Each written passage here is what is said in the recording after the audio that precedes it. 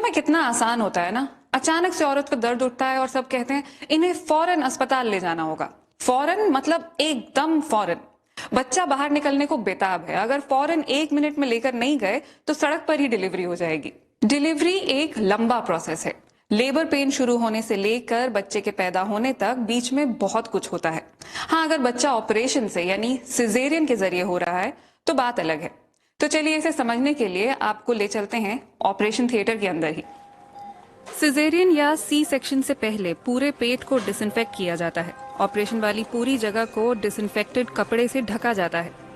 शरीर पर एनेस्थीसिया का असर पूरी तरह हुआ है या नहीं, ये देखने के लिए डॉक्टर पेट को थोड़ा हिलाकर चेक करते हैं।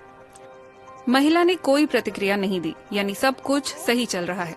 वो होश में है, बस एनेस्थीसिया के कारण दर्द महसूस नहीं कर रही है। इसलिए अब डॉक्टर चीरा लगा सकते हैं और चीरा लगते ही चंद मिनटों के अंदर बच्चा पेट से बाहर आ जाता है। सी सेक्शन वाकई बहुत जल्दी हो जाता है, लेकिन इसका मतलब ये बिल्कुल नहीं है कि ये कोई छोटा मोटा ऑपरेशन है।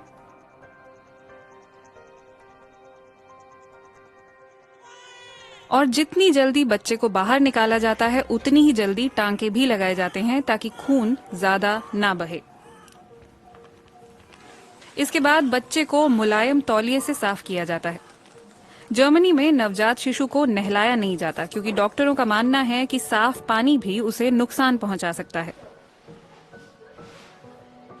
ऑपरेशन थिएटर में अक्सर पिता भी मां के साथ ही होते हैं।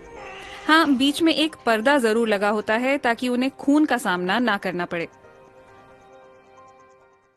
लेकिन नॉर्मल डिलीवरी में ये पर्दा नहीं होता है क्योंकि नॉर्मल डिलीवरी जो है वो ऑपरेशन से नहीं होती है, इसलिए ना ही उसमें इतना गहरा चीरा लगता है और ना ही इतना खून निकलता है। सिजेरियन एक बहुत बड़ा ऑपरेशन होता है।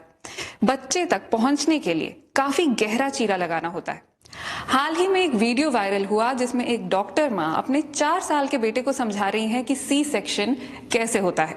वो उसे बता रही हैं कि सबसे पहले स्किन पर एक कट लगाया जाता है, उसके बाद स्किन के नीचे फैट की एक लेयर होती है, इससे गुजरते हुए मांसपेशियों तक यानी मसल्स तक पहुंचते हैं। जब ये कट जाती है उसके बाद यूटेरस तक पहुंचते हैं। यूटेरस के अंदर एमनियोटिक सैक होता है, इसे काटते हैं तो एमनियोटिक फ्लूइड बाहर आएगा। ये वीडियो देखने के बाद मुझे लगा कि इस 4 साल के बच्चे को हम में से बहुत सारे बड़ों से ज्यादा जानकारी है कि बच्चे कैसे पैदा होते हैं। और क्योंकि हमें कुछ खास जानकारी नहीं है, इसलिए कई बार डॉक्टर कुछ भी कहकर हमें फुसला लेते हैं, जैसे कि ये कि बच्चे ने गर्भनाल अपने गले में फंसा ली है। दरअसल बच्चा अक्सर अम्बिलिकल कॉर्ड को पकड़ कर रखता है। वो एमनियोटिक फ्लूइड में तैरता रहता है, ऐसे में वो कई बार गले में भी अटक जाती है, लेकिन ज्यादातर मामलों में वो खुद ब खुद गले से निकल भी जाती है। जाहिर है ऐन मौके पर डॉक्टर आपसे इस तरह की कोई बात कहेंगे तो आपको उनकी बात माननी होगी।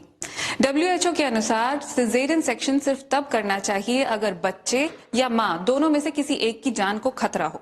वर्ल्ड हेल्थ ऑर्गेनाइजेशन सिर्फ 10 से 15% मामलों में ही ऐसा करने की हिदायत देता है।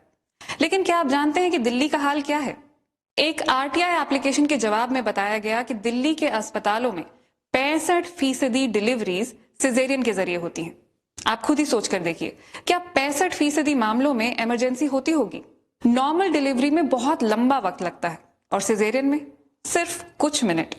तो जाहिर है कि ये फायदे का सौदा तो है ही, लेकिन जच्चा और बच्चा दोनों को इससे नुकसान होता है। स्टिचेस ठीक होने में कई बार महीने लग जाते हैं और बच्चा। नॉर्मल डिलीवरी बच्चे के लिए काफी तनावपूर्ण होती है, लेकिन ये तनाव जरूरी होता है। इस तनाव के कारण ऐसे हार्मोन निकलते हैं जो बच्चे के शरीर में कई जरूरी प्रोसेसेस को शुरू करते हैं, जैसे कि फेफड़ों को ठीक तरह से सांस लेने के लिए तैयार करना, ताकि फेफड़ों के अंदर जो एमनियोटिक फ्लूइड बचा है वो आसानी से बाहर आ सके। पैदा होते ही बच्चे को मां से जोड़ने वाली गर्भनाल काट दी जाती है। इन हार्मोन से लिवर को ये संदेश भी जाता है कि अब उसे ऊर्जा के भंडार खोल देने चाहिए। और सबसे जरूरी, नॉर्मल डिलीवरी के दौरान बच्चा मां के बहुत सारे बैक्टीरिया के संपर्क में आता है। ये बैक्टीरिया बच्चे की इम्यूनिटी बढ़ाने का काम करते हैं, उसे बीमारियों से बचाते हैं। ब्रिटेन में 600 नवजात शिशुओं पर हुए शोध में देखा गया कि नॉर्मल डिलीवरी से पैदा हुए बच्चों की आंतों में इम्यूनिटी बढ़ाने वाले ज्यादा बैक्टीरिया मौजूद थे, जबकि सिजेरियन से हुए बच्चों की आंतों में ऐसे बैक्टीरिया थे जो बीमारियों के लिए जिम्मेदार होते हैं। यानी बच्चा किस तरह से पैदा हुआ है इसी से निर्धारित हो जाता है कि आगे चलकर वो फिट रहेगा या फिर बीमार। वैसे जरूरी नहीं जो बच्चा सिजेरियन से पैदा हो वो जिंदगी भर बीमार ही रहे। इसमें और भी बहुत सारे फैक्टर्स हैं, जैसे प्रेगनेंसी के दौरान माँ पौष्टिक आहार ले रही थी या नहीं, बच्चा पैदा होने के बाद कितने वक्त तक उसे माँ का दूध पिलाया गया, वगैरह वगैरह, और भी बहुत सी चीजें हैं। लेकिन एक बात तय है कि कुदरत ने बच्चा पैदा करने का जो तरीका बनाया है वो बिल्कुल फूल प्रूफ है। Normal delivery